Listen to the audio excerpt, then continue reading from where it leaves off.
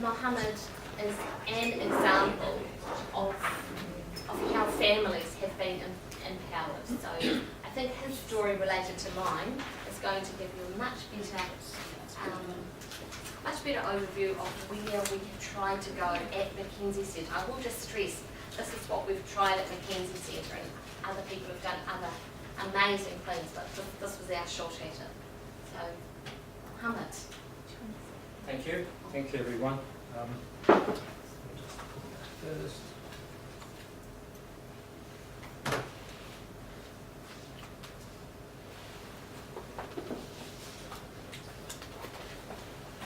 All right.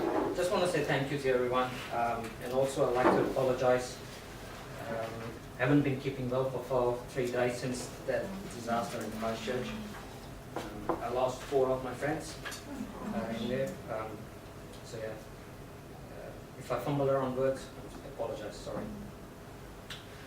Let's start. So the way I made the presentation is more about, I'll give you an example of my family. I'll start with where we come from. Then I'll give you some strategies to say what we have implemented and what we have achieved. So you'll see it around. First of all, that's my family. So we are 2 boys and a girl, and of course my lovely wife Iram, which Trisha has spoken about. She does an amazing job. She is a housewife. Unfortunately, I can't pay her much. That's the best job in the world. There are 2 boys, Umar and Hamza, and this is another picture of them. So my daughter is about 8 years old. Son Umar is about 4.5, and yeah, that's me, Hamza. We moved to New Zealand about 14 years ago now. We came from India. And of course, I got married after that in 2008. It was an arranged marriage, as people ask me so many times. Then after that, we didn't. I was in a fumble around to whether to stay in New Zealand. We said New Zealand is the best place for me. So I was one of those persons who wandered around the world. Thought like maybe Australia. You know, people are going Australia. We could go there. So I went to Dubai. I went to Qatar. Spent some years there. But unfortunately, New Zealand was the best one. So came back again. So Aisha was born in New Zealand. Umar was born in India. That's the reason. And Hamza was born in Hamilton. So you see, now I'm not sure where we're going to have the 4th one. All right. So today we're going to talk about Umar. That's my second child. He's about 4.5. When he was born, we named him Umar. And that's the meaning of Umar. Gifted speaker. Unfortunately, he has delays in speaking. And one of the meanings is clearly expressing and indicating something. He has social issues. When he was 2.5 years old, we found that he was different to other kids around. As parents, you figure out, you know, you take kids around to play area and say like, why is my child on the other side and all of them are running, you know, like you figure it out. So we thought, okay, this is different. We need to go to a doctor and see them. We went to a pediatrician, which was everyone does. And our pediatrician turned around and said, he's just a boy, go home. I know, I have 3 boys, trust my word. I said, okay, that's fine. Pediatrician said that. So about a month or 2 later, we went again. We said, look, we are concerned about his development. We need to take it to you, right? What do you think? He said, like, I think that's not an issue. See, he's making an eye contact with me. Umar, and he's looking at eye contact. I said, like, yeah, but that's one instance. What we are looking around is like, when we go in the room and call Umar, he doesn't even respond. He said, okay, let's see what we can do. Then, when we talk about with family back in India on Skype and things, my mother, my sister, it's like, they both come from the teaching background. And they picked up a straight thing. They said, like, you need to go and check with the doctor again. I said, okay, this is not serious. Let's go back. So we went to the pediatrician the 3rd time. Remember the 3rd time? And the pediatrician said, look, you have come to me 3rd time. I have to do something now. Right? This is where we are. He said, okay, I'm going to refer you to the CDC. and this is very young, but I think there's no issue, but that's it. So we said, okay, that's fine. My wife and I come from the IT background, so she's more qualified than me, by the way. And we started to use Mr. Google to say, my child doesn't respond, doesn't look at me, doesn't do eye contact, and Google has like billion answers there. And we came around to a proper assumption that he might be on the spectrum, ASD as they say. They also used some words like ADHD. All these words we never used, we never heard, we never used before. ADHD, ASD. What is it? So we were some kind of going in the direction to figure out, okay, this might be it, but we still need a professional help. We need to go to a CDC. We need to go to a psychiatrist. So we had our appointment with CDC after 3 months. You know, after delays, nothing is fast here. We went.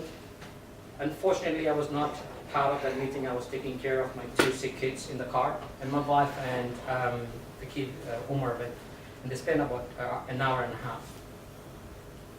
And we were just waiting for that confirmation from the professional that what we were thinking was true.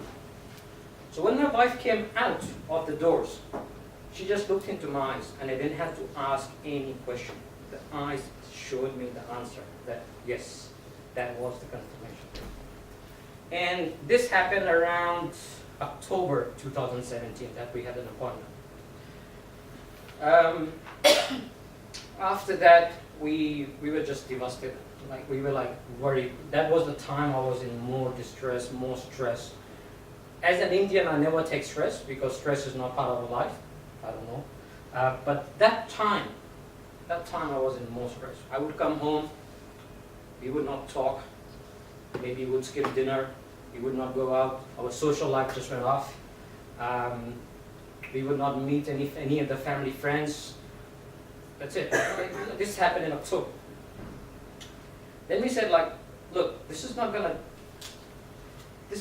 change the future we have. What we're gonna do? You know, we should start from somewhere. That's what we should do. But as a parent, you would think about what would happen after 18 years straight away. You're gonna think about, is my child ever gonna go to school? Are they ever gonna have a potty train? You know, questions like that, potty train.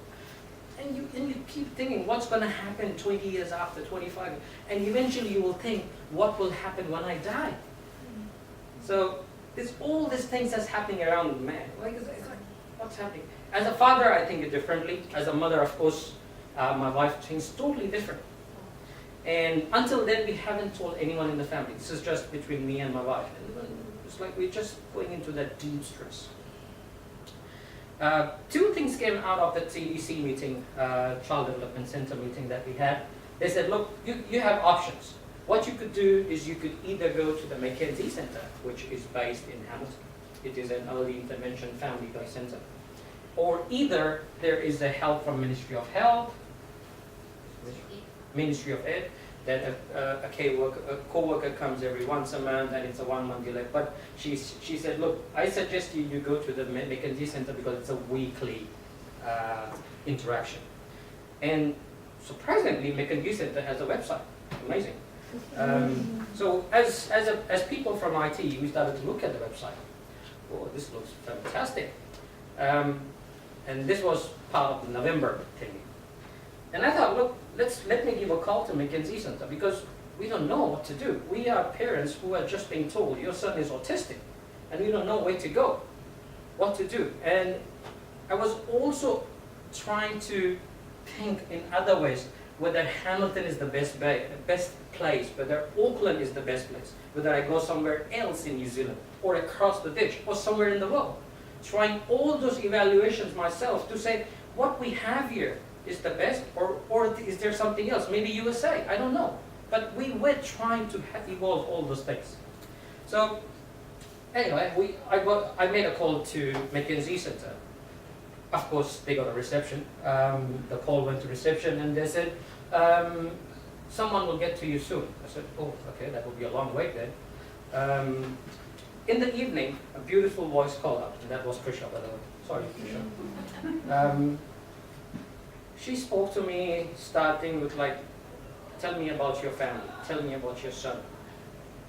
and she took the conversation to 20 minutes. I never expected. I thought we'd be like, all right, you just come along. We have time. I'll book you for 11:30 tomorrow. Why don't you come and have a seat? She asked me questions like, how do you feel? She asked me questions about, tell me about your family. Tell me about your son. Tell me where you want to be. She said, like, look, why don't you come along with your family? Stay, have a look. I said, but we have a little toddler. She said, your whole family is welcome. Bring along everyone. I said, that's welcoming. I went home, spoke to my wife, and said, look, we need to go here. She said, okay, what time? We said, okay, that's fine. So this was still November, right? We went to Mackenzie Center. We were welcomed straight away. The moment we entered there, they asked questions and they welcomed us.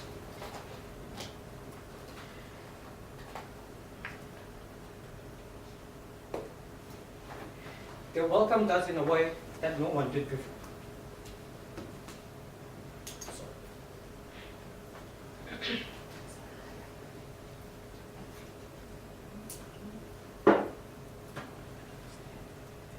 And straight away we decided that this is the place. This is the place we're going to be helping for that agency. And this was November. And as the year ends, in December, the term finishes, the Mackenzie Center said, look,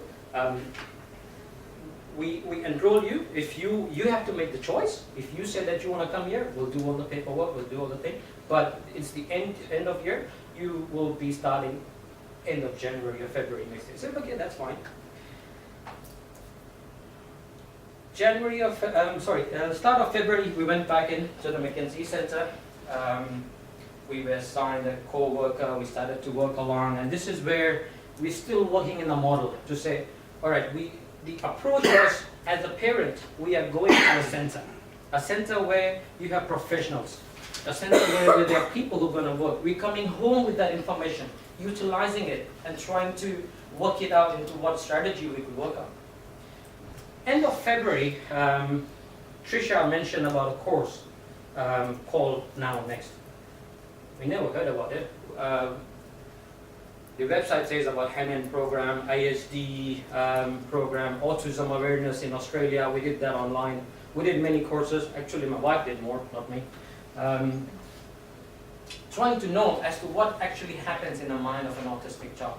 Because this is the first of its kind in my family, the whole family. We never knew what autism is.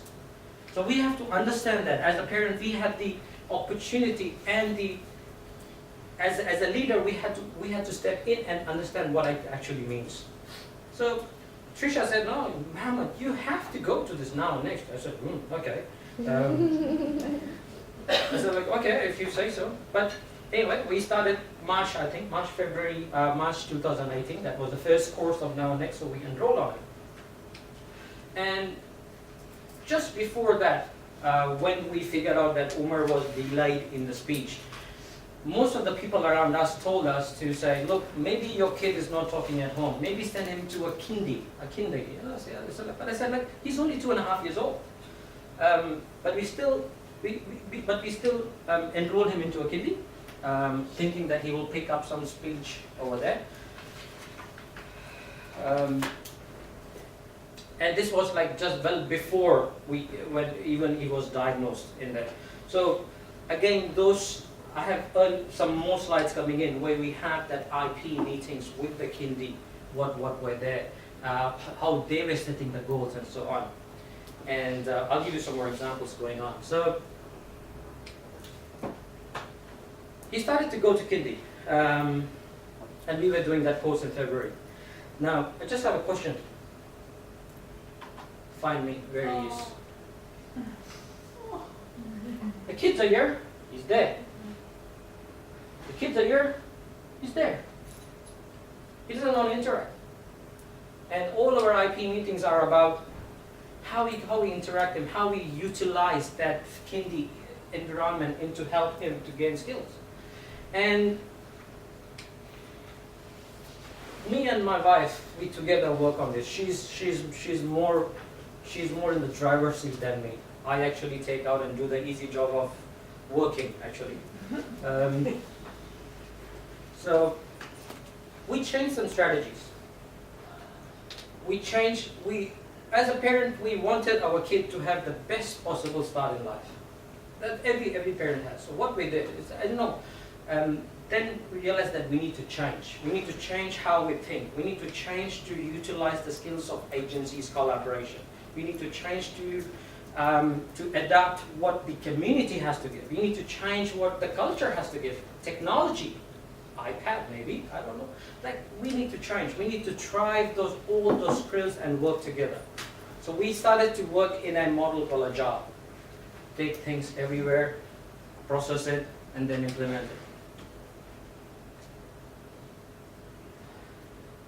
Trisha talked about terminologies of PERMA. So this is one of it, positive emotions, engagement. This is what we learned from that course in Now and Next. Relationship, meaning, accomplishment. We use some cool strategies in that Now and Next program. One of them, PERMA. By the way, I think Trisha talked about the Now and Next program. It is an award-winning program which sets the goals, which teaches the parents to set goals and have a positive vision for the family, for the child, and themselves. So after we use some strategies, after we use some strategies, we prioritized our goals, and this is where we are. Umar is now part of the course. He's sitting with the teacher, he's sitting with the group.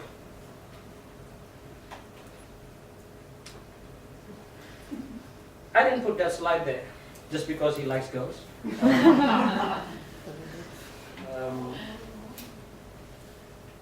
But we worked on the strategy called strength-based approach.